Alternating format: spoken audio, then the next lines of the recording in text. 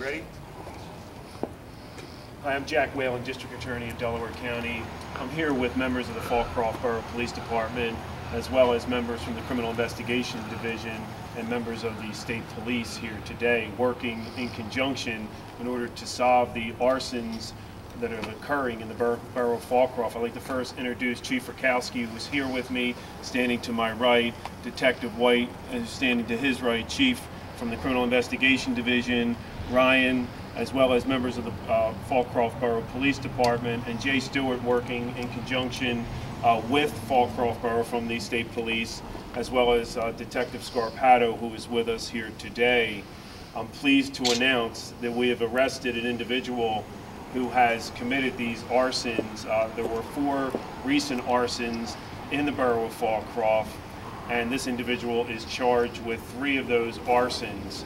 Those arsons occurred on October 1st when this individual, who's now been identified as Eric Baglivo of the borough of Folcroft.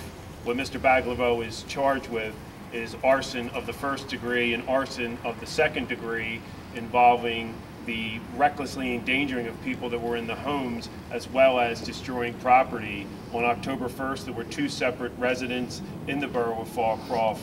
This individual used an accelerant and lit the vehicle on fire. At that point in time, the vehicle was engulfed in flames, went up and into the decks of 2 separate residences and into the house.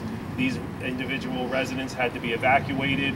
Properties on both sides of these houses had to be evacuated, and there was extensive damage to the first house involving the evacuation and subsequent damage. Thereafter, on October 24th, a 3rd incident occurred with a similar MO, whereupon he lit a vehicle on fire. That vehicle was adjacent to the house and caused damage to that house. Those individuals in that house also had to be evacuated, and the residences on both sides of those houses had to be evacuated. He's charged with 14 counts of recklessly endangering, in addition to multiple counts of risking a catastrophe, as well as the arsons that we've indicated so far. We believe that this individual is a serious threat, and we're happy that he's now apprehended. And I believe the residents of Folcroft and the surrounding community can rest tonight knowing that he's behind bars.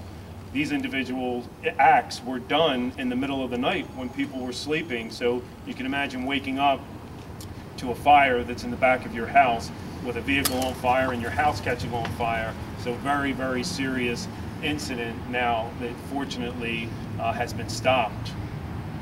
Jack, was the subject known to the victims? He was not, but he was a local individual. They knew who he was, but there was no incident between the parties that we can identify at this point. We believe that although he was known in the neighborhood, he did not target these individuals because he had any type of grudge.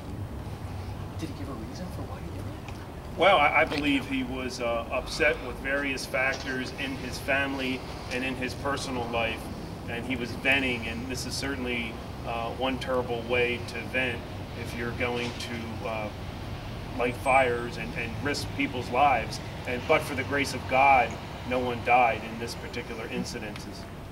Some real steady police work that obtained this. Unbelievable police work. I have to commend, as I started out, a cooperation between the Pennsylvania State Police, the Criminal Investigation Division, the District Attorney's Office, and the Borough of Folcroft. The Folcroft Borough Police officers who's here with me today, the Chief and Detective White, just did a phenomenal job in narrowing the suspect, and then after narrowing the suspect, being able to, through their investigation, lead to an admission to these crimes. So we're very pleased with the police efforts, and but for the police efforts, this individual could still be on the street causing and risking the catastrophe that he has in the past.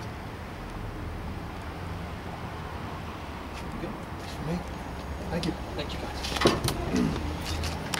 guys.